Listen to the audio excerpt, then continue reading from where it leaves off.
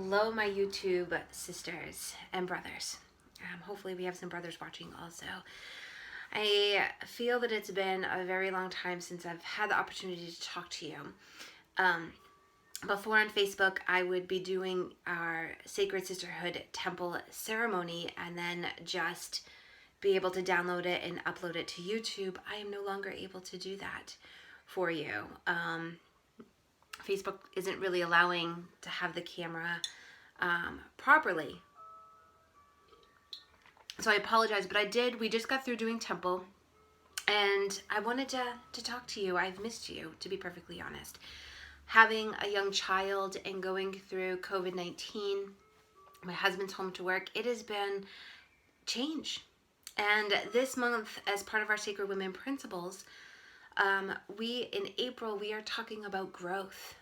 And what a powerful month for growth. And I wanted to at least give you a piece of what this temple is. If you are interested, right now I do not have a temple available to men. This is primarily a women's group. But I will have something for men soon. And that's another reason for being on YouTube. In case there are men who are really connecting, especially right now, with their own feminine divine. And so it's so important for us to recognize that we both have masculine and feminine that are within us. Spring is a time for growth, right? And for women, growth is primarily recognizing that womb space is all about creativity. Knowing that anything is possible. And I know a lot of us are getting caught in the words isolation. We're getting caught in the word of fear. We hear a lot about fear. And I want to remind you that you do not have to choose to be in that place.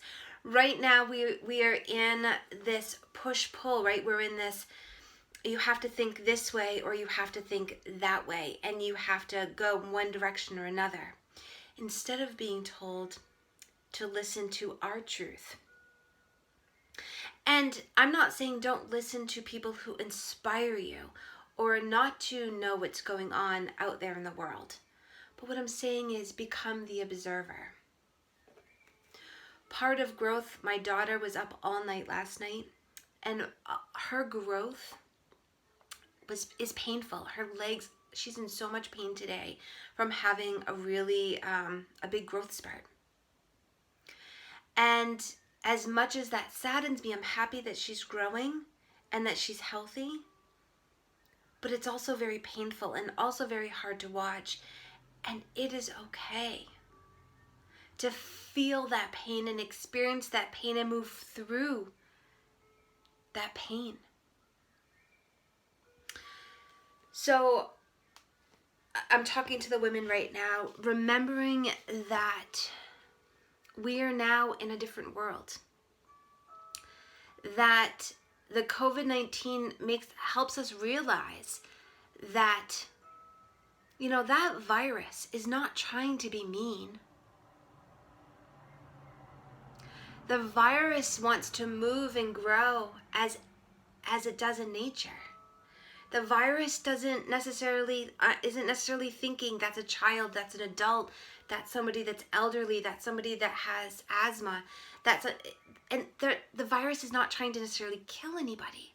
It is trying to move and grow just like nature. It's trying to survive. And so as humans, we realize how vulnerable we are. We know from our past teachings, we lived a paradigm that if you had enough money, you were vital. You were important. You had status. If you had a bigger house, that means how you were more important. And now we're seeing with COVID-19 that this virus attacks anybody. that are essential workers are the same workers that make minimum wage. They are so important. And you know what? They were essential workers before all of this. They've always been essential. The people that made a lot of money and had the big houses don't know how they're going to make their mortgage payment next month. We're all there. We're all living. We're all part of nature. And despite what's happening, the birds are going to sing right now outside your door. Walk outside. The birds are still going to sing. We're still going to have growth. The flowers are still going to bloom. The sun is still going to come out. So you might be asking, Cheryl, what do I do? I'm seeing everything on social media. I'm hearing people but what do I do? Become the observer.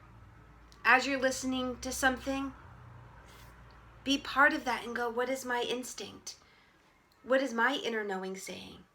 Take back control in your well-being. Remember, fear, whether it's in lightness or darkness, just like a virus, they're alive because of you. So if you play into the fear, it keeps the fear alive. If you're playing into the light, it's keeping alive. So what do we do? How do we become balanced in this polarity? We simply become the observer. And as a woman, you have the gift of your womb. That womb space is the connection from heaven to earth. Use your womb space as your instinct. This is right, this is not right. Take back your power. Use your menstrual cycle or follow the moon if you're no longer menstruating. Understand what it means to be in your spring or follicular cycle. If you're wondering, I'm wondering what my follicular, okay, what does a follicular cycle mean? So after you menstruate, right? Menstruating is winter. Thinking you're going within, you're connecting, you're getting rid of things that no longer serve you. You have the opportunity to do that every single month, just as in winter. Spring is the follicular cycle, creativity, your ether, you're out there. Coming up with solutions, insights.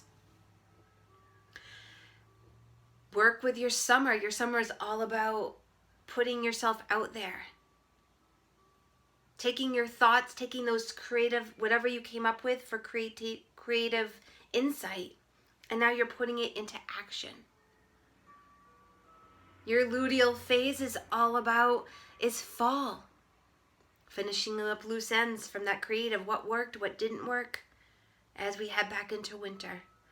Following your cycle. When I am homeschooling Sophia, I don't homeschool like a typical public school. She goes within my cycle.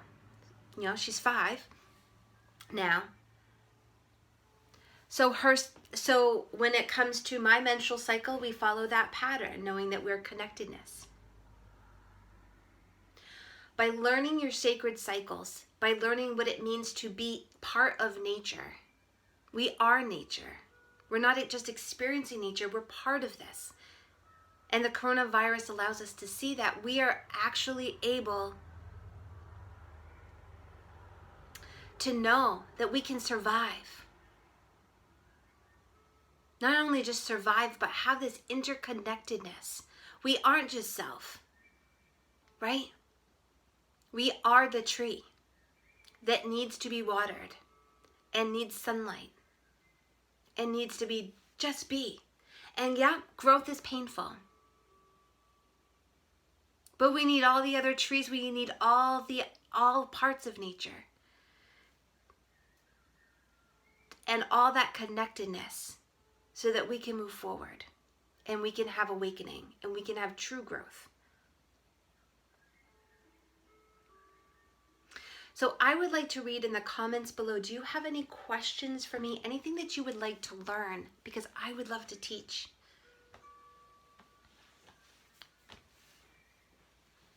I would like you to feel at peace. despite the chaos. I would like to see true growth happen for you.